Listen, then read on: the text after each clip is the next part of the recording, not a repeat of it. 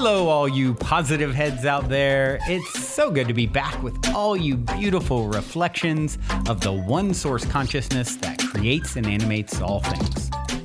If you're new to this podcast, of course, we're super happy to have you here. And if you've been listening and enjoying for a while, I would be super grateful if you would please take a moment to give us a review on Apple Podcasts.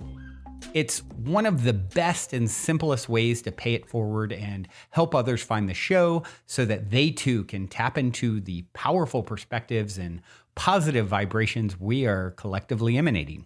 The other unique and magical way to share this show is by sending any friends you think would benefit from listening to this podcast our Game with the Universe link at positivehead.com/game.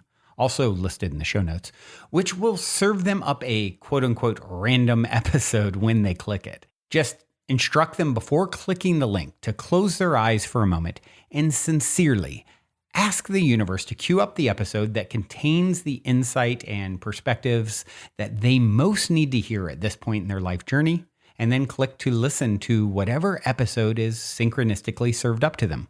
I have heard time and time again from people about the incredible results they received playing the game. So just tell your friends magical results are guaranteed or their karma back.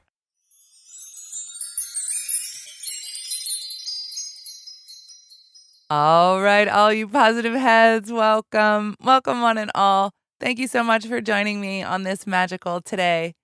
Today, I found a clip by Dr. Gabor Mate. And in it, he is talking about authenticity and how important it is to say no.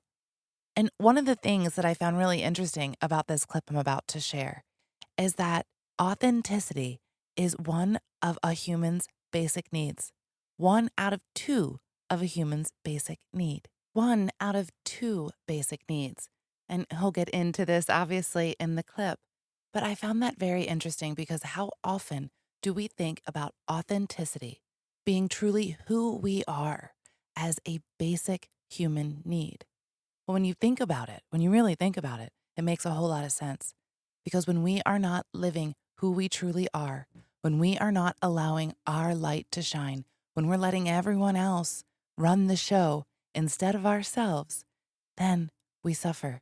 We suffer mentally, emotionally, and if we don't handle it at that point, then it will most certainly come to the body, because everything always comes first in the mind, in the emotions. And when we don't work on it, handle it, understand it, accept it, heal it, then it must come to the body, because we don't get the opportunity to ignore. We came to this planet in order to shine, to be bright, shiny beings. We came with a purpose. We came with a mission. And we're here supposed to be doing that. But many of us get caught in this human conundrum. We get caught in the programming, and we don't always do what we planned to do. And that's okay, because it doesn't matter when we do it. It just matters that we do remember our passion, that we do follow our mission, that we do shine our light. So I'm going to play this little clip for you here by Dr. Gabor Mate. Take a listen. Let me tell you about a friend of mine who lives in Calgary. Her name is Shannon Doug, and Shannon is 48 years old now. And when she was 37, she was diagnosed with stage 4 breast cancer. The stage 4 meant that the cancer was already in her bones by the time it was diagnosed. At that time, she had 2 young children, aged 1 and 3, and married to a well-to-do businessman. She herself was a very high-functioning executive for Microsoft in Calgary. And then she's diagnosed. She had the perfect life, perfect marriage, perfect home, of course. And then she's diagnosed. And healthy, physically, fit, always ate well. And then she's diagnosed with stage 4 breast cancer. And she has a transformation. Now, she gets the best medical advice she can get anywhere in North America, and she traveled to New York and elsewhere. She got the best medical treatment, and with that, she was given 1 year to live, because that's the prognosis. Stage 4, despite the medical treatment, chances are you'll be dead in 1 year. Now, a year ago in February, just a year ago now, Shannon traveled to the Napa Valley of California with some of her friends, and they celebrated her 10th year survival and her 47th birthday. And the transformation that she experienced was that when she was diagnosed and started paying attention, she realized that her life had not been her life.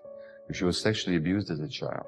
Her response to the abuse was, of course, as many children will experience, it can't be about the adults, it's about me. If this terrible thing happened to me, I must be a very bad person. So I have to be very good to compensate. So the good daughter who doesn't talk about it, doesn't disturb the waters, the good employee, the good student, the good wife who doesn't talk about the husband's addiction issues, because that would again disturb the waters. And when she's diagnosed and she decides she wants to live, she says, the hell with all this perfection and goodness. And she confronts her family, her origin, about the abuse that she had endured, and she confronts her husband. And she leaves the job, by the way, which wasn't her. Wasn't really expressing who she was. 11 years later, the cancer is still in her bones, but it's completely inactive. But she knows that if she wants to stay alive, she needs to stay authentic. If I'm authentic, my parents will reject me. If you're not in touch with that inner voice, if you don't hear it, the body will speak to you loud and clear. Once you reconnect with your authentic self, a lot of medical conditions can abate and even remit. There's a deep need to belong, a deep need to be loyal, and a sense of betrayal when that loyalty is somehow insulted. If you didn't get the love that you needed, you'll be consumed by being liked, and then you'll be very likable and very nice. And you might become a helpful, very helping individual, which is a coping pattern. Now, you can be genuinely nice and genuinely supportive of others and still look after your own needs. That's human nature, I think. But a lot of people are very nice and likable and helpful by suppressing their own needs. Everybody says how nice they are. And when they die at age 50 of cancer, everybody shows up at their funeral and they weep about how nice they were, how selfless they were. Children have two needs. Infants, anybody, any human being. We have two basic needs.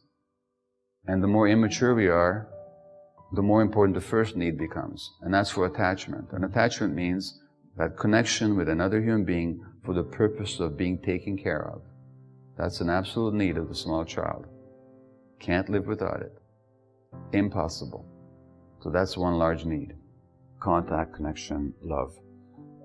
Without that, the human child does not survive. Any mammalian child or even an avian child doesn't survive. So that as soon as you get past the level of reptiles, the reptile is hatched, the mother's long gone by then, and the reptile infant either lives or dies, but there's no attachment to a parenting figure. As soon as you get to the level of birds now, the baby bird has to have an attachment with the parents. The parents have to be attached to the baby. Otherwise, the infant simply does not survive. Mammalians even more so, and most so the human, because we're the least developed, the least mature, with the least developed brains, and the most dependent for the longest period of time of any creature in the universe. So our attachment needs are enormous, and they remain important throughout lifetime because we have to have attachments to form societies, social groups, without which we don't survive. So attachment is a huge need. We have to connect, belong, be loved by, and love. That's just a basic human need. Another need, however, we have to function as full human beings is to be authentic.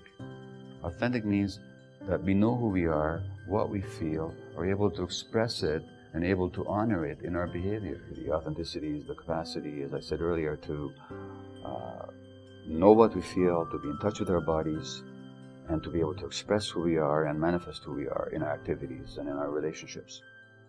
Now, why is that? Well, think of a human being in the evolutionary period who's not in touch with their body and their gut feelings. How long do they survive out there in the wild? So authenticity is another huge survival need. So we have the need for attachment, and we have the need for authenticity. Great.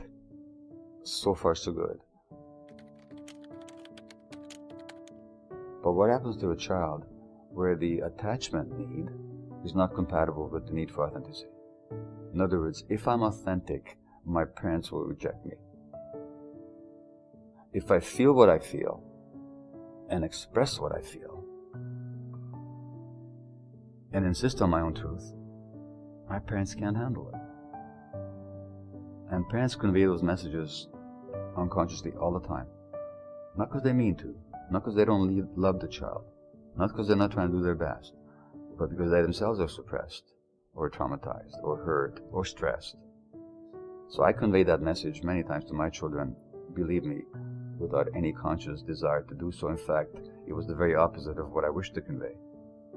But that they're not acceptable the way they are, with their emotions the way they are, that's the message my kids got when they were small. And most children get that in our society. And what does a child do with that? Well, if I give up my attachment for the sake of authenticity, I lose my relationships on which my life depends. Therefore, there's no question. What becomes suppressed is our authenticity, our emotions. And then we become 25 and 30 or 35, 40, and we don't know who we are. And somebody asks us, what do you feel? You say, I have no idea. And how many times we've all had the experience of having an inkling of a strong gut feeling, but we're ignoring it? We're ignoring it and we get into trouble. Well, that tells us what happened. What happened was that at some point we found out that it was too costly for our attachment relationships to be in touch with our gut feelings. So then it becomes our first, not our first nature, but our second nature, to suppress our feelings, to lose touch with ourselves, and to suppress our gut feelings. And then we pay the cost later on in the form of addictions, mental illness, or any range of physical illnesses. But it all began with this tragic conflict that children should never be confronted with, but are all the time, between authenticity on the one hand and attachment on the other. And even as adults, so many people are suffering. That shame and that internal suffering, that sense of self-betrayal is our sure guide that we're not being ourselves. On one level, that happens to a lot of people. And then we may look good in the eyes of others, and yet internally we suffer shame because we know that we're not being ourselves. So what I'm saying is that at some point or another, if you're not in touch with that inner voice, if you don't hear it, the body will speak to you loud and clear. You're going to get something happen to you. And sometimes that'll happen in the form of illness or symptoms. Then the body's talking to you. The body's saying no when you're not saying no. If the voice doesn't speak to you directly, or if it speaks to you and you don't listen, your body at some point is going to kick in. Or you're going to get depressed. Or anxious. Or something else. If you don't know how to say no when you need to, your body will say it for you in the form of illness. So chronic illness represents the body saying no when you didn't do it. Not your fault. This is how you were programmed before you had any choice in the matter. So again, it's not a question of blame or self-blame. But it does mean that to prevent illness, or if you have an illness, to deal with it more effectively, you need to learn to assert who you are and to say no. Now that might be difficult sometimes because the people in your life have got used to you as a yes. They've always heard you say yes. Some of them might not like you very much if you start saying no all of a sudden. And what you're going to do when you start saying no is you're going to find out who your friends are. Because the real ones are going to say to you, hey, I'm so glad you're finally saying no. And the ones that were simply there because you were constantly available for them are going to, oh, what happened to her or him? You know? That's it.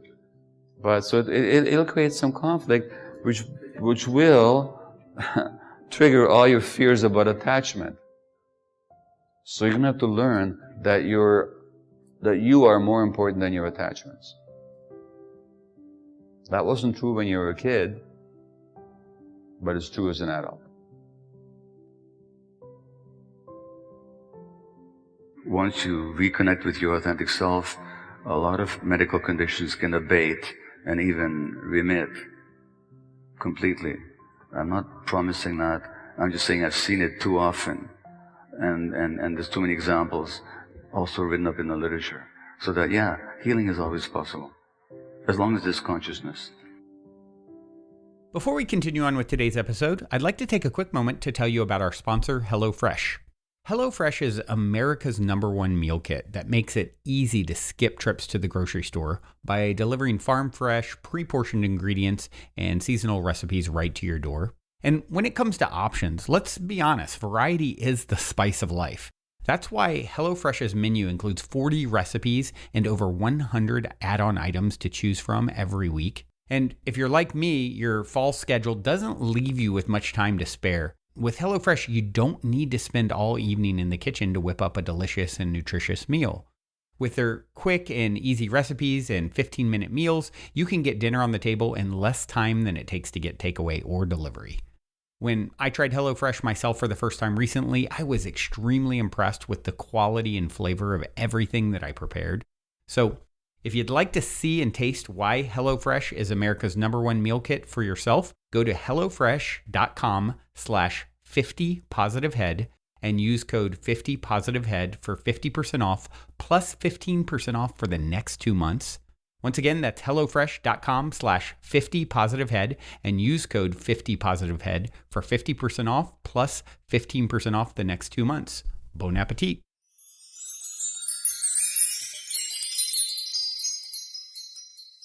What he says there at the end may just be the most important statement of the entire clip. He said, healing is always possible as long as there is consciousness. And what does that mean? Healing does not come from the body. It is not a physical thing. Healing is never a physical thing. There are physical things that we can do to help in the healing process. But really what that's doing is affecting the mind and the emotions. At the end of the day, that is where the meat is. That's where we function in our consciousness. That's what we are. That's all we are. We are consciousness. We are energy beings. And when we remember this and put this into practice in our daily lives, remember who we really are and start functioning from this perspective, we get to choose. That's the beauty and the magic of how powerful each and every one of us is, how powerful our consciousness is. And this is why all healing is self-healing, and all healing has to happen in the mind. It has to. We are a mind, body, and spirit complex, and the body is the logi on the totem pole. The mind and the spirit are way in charge. So when he talked about there at the beginning, this concept of we don't want to disturb the waters, this is something I see frequently out there in society is when someone acts inappropriately, other people tend to want to shush it or hush hush about it. Oh, let's not talk about that. And it's like, whoa, no, hold on. We should talk about that. There needs to be some accountability here within our society, within this unit. We do need to talk about it. We're not going to shove it under the rug. This is one of the biggest problems that we exist within. So many, I mean, I know you can relate to this because so many families do this. Oh, Uncle Johnny, yeah, he's pretty awful, but we don't need to talk about that. No, we do need to talk about it. And it's not okay and it's not acceptable because when we don't talk about it, then what happens? We're telling Uncle Johnny that the way he's behaving is acceptable. We're telling everyone else, yeah, it's acceptable. And we're also telling those who want to speak up, yeah, that's not acceptable. All of this is part of this backwardsness that we behave in as humans. I don't know a better way to put this. We don't behave in this kind of straightforward way. We behave all backwards, and we allow ourselves to be burdened down with all of the muck that we carry because we don't let it out. We don't express our opinions. We don't express our feelings. We don't say, hey, this really doesn't feel right to me. And when you think about it, when you were a kid, and when he was saying that he didn't allow his children to be authentically them and expressing their emotions.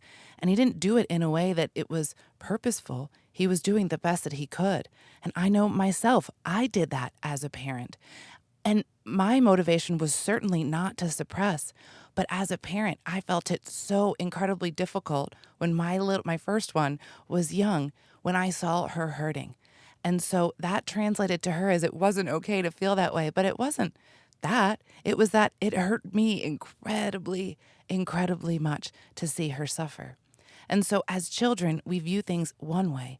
As adults, we can see it from a different perspective and know everyone's doing the best that they can, because we're all part of this human experiment, this human conundrum, and we're all programmed.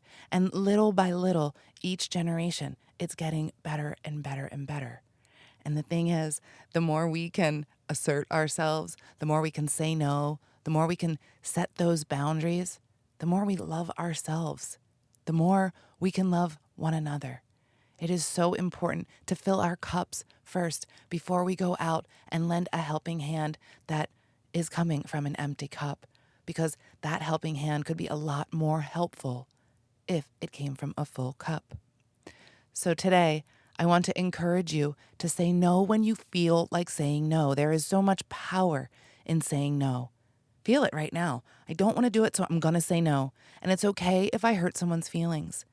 It's not my intention to hurt someone's feelings, but I need to worry about my feelings. Because what did he say there about attachments? You are more important than your attachments. And I think that that is a really good note to leave it on today.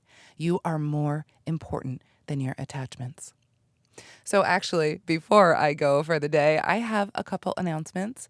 One, we have the Stairway to the Stars Disclosure Fest event coming up November 10th, 11th, and 12th. This is at the Luxor Hotel and Casino in Las Vegas. And I will be speaking along with some other of my QHHT cohorts on the QHHT panel. Speaking of Julia Cannon, Tracy Mahan, Sarah Breskman Cosme, Holly Duckworth, and Jeroen DeWitt. And we are going to have an amazing panel discussion there in November in Vegas. So we would love to see you there. That's going to be a spectacular event. Many, many, many speakers, music, panels, you name it. Bashar will be there, Jimmy Church. I can't think of anyone else offhand, but those who I named will be there. Also, coming up as well, in just a couple weeks, my partner Brian Wayshower and I will be doing a group sound healing and past life regression journey. This is going to be on October 6th, which is a Friday in the morning, Pacific time, 9 a.m. So if you've ever wanted to wet your feet and kind of dip into what a past life regression might be like, this is a really great way to do it. Plus, we have my partner Brian, who's going to lead us in with a beautiful sound healing meditation, which is going to be a nice relaxation right before going into this journey. So I encourage you all to go to my website, check that out. If you would like to sign up for that, it's just in a couple weeks. And my website is drerica.love. Now, very last thing. If, when you were listening to these clips today, you felt like, you know what, that's something that I want to do for myself. I want to learn more about myself. I want to be able to stand in my own power. I want to shine my light. I want to learn about my body, about my intuition, and even strengthen those gifts within yourself. And maybe you want to do all of these things so that you can align with your soul's true purpose and mission. And this is what I would love to walk you through. If you are ready, willing, and able to take this journey, this inner journey inside of you, then I would love to help you through it. This is an 8-week program that is designed from my decades of experience working with people in this way. So if this sounds interesting to you, you're ready, you're willing, you're able to commit to yourself in this way, then I want you to reach out to me through my website and send me a little note. drerica.love is my website. Again, DRERICA. Send me a little note through the contact page at the bottom of the homepage there. And I will send you an application so I can get to know you a little bit and figure out if I can be of the best service to you. So if this sounds good to you, I would love, love, love to be your mentor and guide. I love you all so much. I'm going to leave you with this song today by Symbolico called Unbounded. Until next time, I love you all.